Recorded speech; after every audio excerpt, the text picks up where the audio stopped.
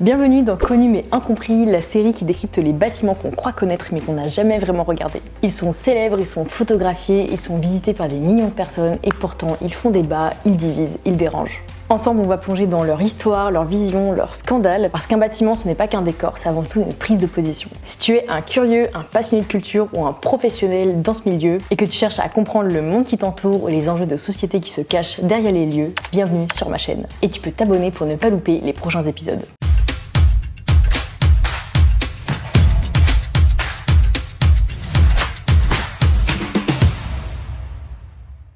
On dirait un nuage ou un navire. La Fondation Louis Vuitton, c'est un des bâtiments les plus spectaculaires du XXIe siècle en France. Signé par une star mondiale de l'architecture, financée par un géant du luxe, implanté dans un bois classé. Résultat, dès sa naissance, elle fait débat. C'est beau, peut-être trop beau, donc un peu suspect. Mais qu'est-ce que ce bâtiment représente? Qu'est-ce qu'il veut vraiment dire?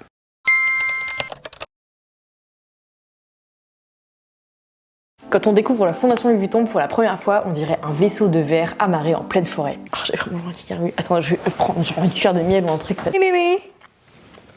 Ok, vraiment, la pomme pote qui sauve. Ok, une architecture qui semble en mouvement, qui se plie, qui se déploie, qui se gonfle, un peu comme un nuage ou comme une voile de bateau. C'est Franck Gehry, l'architecte du Guggenheim de Bilbao, qui signe cette œuvre. Il la pense comme un hommage à la nature, à la transparence et à la légèreté. Pour la petite explication architecturale, toutes les voiles de verre courbées sont uniques. Elles ont d'abord été réalisées en maquette et ensuite modélisées numériquement. L'inspiration est donc maritime, mais aussi végétale, une architecture organique qui joue avec l'eau, la lumière et les reflets. D'ailleurs, petite citation de Franck Gehry, il a dit « J'ai voulu concevoir un bâtiment qui ait la légèreté d'un nuage et la poésie d'un jardin ». Mais cette légèreté-là, elle n'a pas été accueillie avec tendresse. Dès son annonce, le projet, il a suscité de nombreux débats. Première critique, c'est que la fondation, elle était construite en lisière du bois de Boulogne sur un espace naturel classé. Et la seconde critique, c'était qu'un grand groupe privé comme LVMH allait s'approprier de l'espace public pour faire sa propre vitrine. Ce qui est vrai. Mais je vois pas en quoi c'est un problème. On a dit que c'était alors une publicité géante déguisée en musée ou encore l'architecture du capitalisme. On accuse le bâtiment d'être trop arrogant, trop marketing, trop monumental, comme si sa beauté le rendait suspect. Et pourtant à l'intérieur, c'est un musée pas comme les autres. Tous les volumes sont très différents. On peut aussi bien accueillir des expositions XXL que de la danse contemporaine, de la musique, de la photographie. Toutes les formes d'art peuvent être représentées.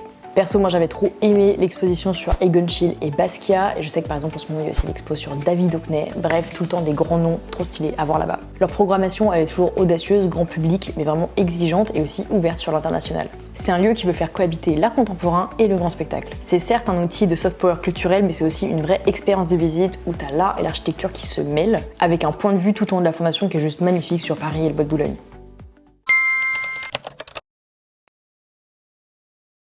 Alors comment voir finalement la fondation Louis Vuitton? Est-ce que c'est un bijou architectural, une œuvre contemporaine remarquable, ou un ovni qui n'a rien à faire là à la lisière du bois de Boulogne? À toi de me dire ce que t'en penses dans les commentaires. Mais c'est peut-être là aussi son paradoxe, c'est une œuvre très belle mais qui a été soupçonnée de vouloir séduire un petit peu trop.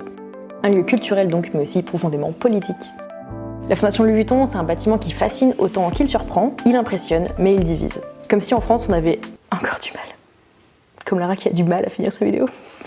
Comme si en France, on avait encore du mal à accepter qu'un bâtiment puisse être à la fois spectaculaire, culturel et privé. Et si être incompris, c'était le prix à payer pour être libre, à méditer. Tu peux t'abonner à cette chaîne pour ne pas louper les prochains épisodes de la série Connu mais Incompris. Et si tu veux continuer à décrypter des faits de société ou de pop culture à travers l'architecture, c'est ici ça se passe sur cette chaîne, alors n'hésite pas à t'abonner. En attendant, on se retrouve sur Instagram pour suivre toute l'actualité de Percé ou sur TikTok pour voir les coulisses de la chaîne. Et si tu es un musée, une marque ou un média qui souhaite s'associer à ce type de contenu, n'hésite pas à me contacter, tu as toutes les informations dans la barre de description. Je te dis à très vite dans une prochaine vidéo.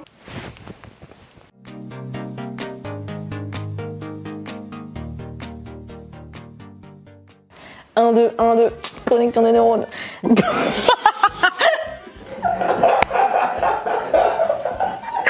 Avant de gargouille, petite pause.